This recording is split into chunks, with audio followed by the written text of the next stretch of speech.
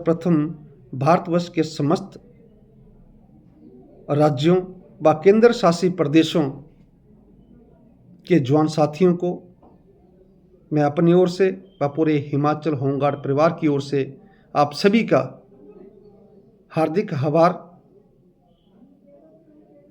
और साथियों, जिस तरह से आपके द्वारा अपने अपने राज्यों में अपना पक्ष रखा जा रहा है वो काफ़ी सराहनीय है।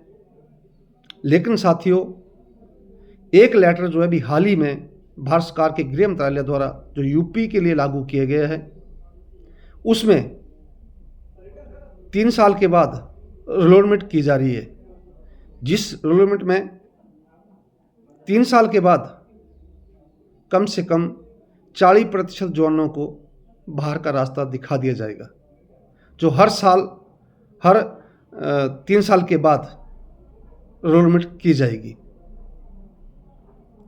साथियों, ये जो पत्र लागू किया गया है भारत सरकार द्वारा, अभी हाल ही में ये यूपी के लिए लागू हुआ है और इसी तर्ज पर जो है पूरे भारतवर्ष के समस्त राज्यों को ये लेटर लागू हो सकता है। इसलिए मैं आप सभी से यही निवेदन करना चाहता हूं कि साथियों, जिस तरह से आप लोग अपने नेशनल ग्रुपों में 1965 और 66 का हवाला देते हैं, अगर उस हवाले को लेकर हम लोग पूरे भारतवर्ष का होमगार्ड जवान एकजुट होकर भारत सरकार के समक्ष 1965 की अनुशंसाएं व 1966 के निर्देश भारत सरकार के समक्ष पूरे भारतवर्ष का होमगार्ड जवान मजबूती से रखे तो हम सबका भला हो सकता है। छोड़ दो साथियों 1980 में क्या हुआ, छोड़ दो 1981, 83, 84 में क्या हुआ, छोड़ दो 2006 में क्या हुआ और 2022 की समीक्षाएं क्या हुई।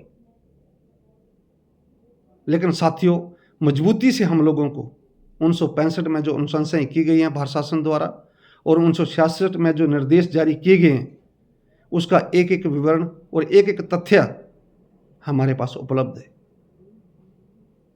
इसलिए साथियों, मैं आप सभी से यही निवेदन करूंगा, अगर इस लड़ाई को लड़ना है और अपने हक के लिए लड़ना है तो हम सबको मजबूती से इस अपने पक्ष को भारत सरकार के समक्ष रखना होगा। अन्यथा इसी तरह के लेटर जो है समस्त राज्यों को लागू होंगे और हम सबका भरपूर शोषण होना शुरू हो जाएगा। क्योंकि साथियों, इस वक्त हमारे बीच कई हमारे बाहर के साथी जो विभाग में नहीं है वो हमारे हक के लिए आवाज उठा रहे हैं, लेकिन उन्हें इससे कोई मतलब नहीं है। कल को जो भी गाज गिरेगी वो जो विभाग में तैनात जवान है उनके ऊपर गिरेगी। वो तो अपने घरों में बैठे हैं, वो तो सरकारों के साथ अपनी रोटियां भी सेक सकते हैं, वो कुछ भी करने के लिए तत्पर रहेंगे। इसलिए साथियों, बाहर के लोगों को छोड़कर जो सेवाओं में तैनात जवान हैं उन लोगों को अपना पक्ष खुद मजबूती से भारत सरकार के समक्ष रखना होगा। और साथियों, अगर हम 1965 के मसले को या मुद्दे को मजबूती से भारत सरकार के समक्ष रखेंगे और हर एक तथ्य, हर एक विवरण उनके समक्ष रखेंगे तो हम सबका भला जरूर होगा।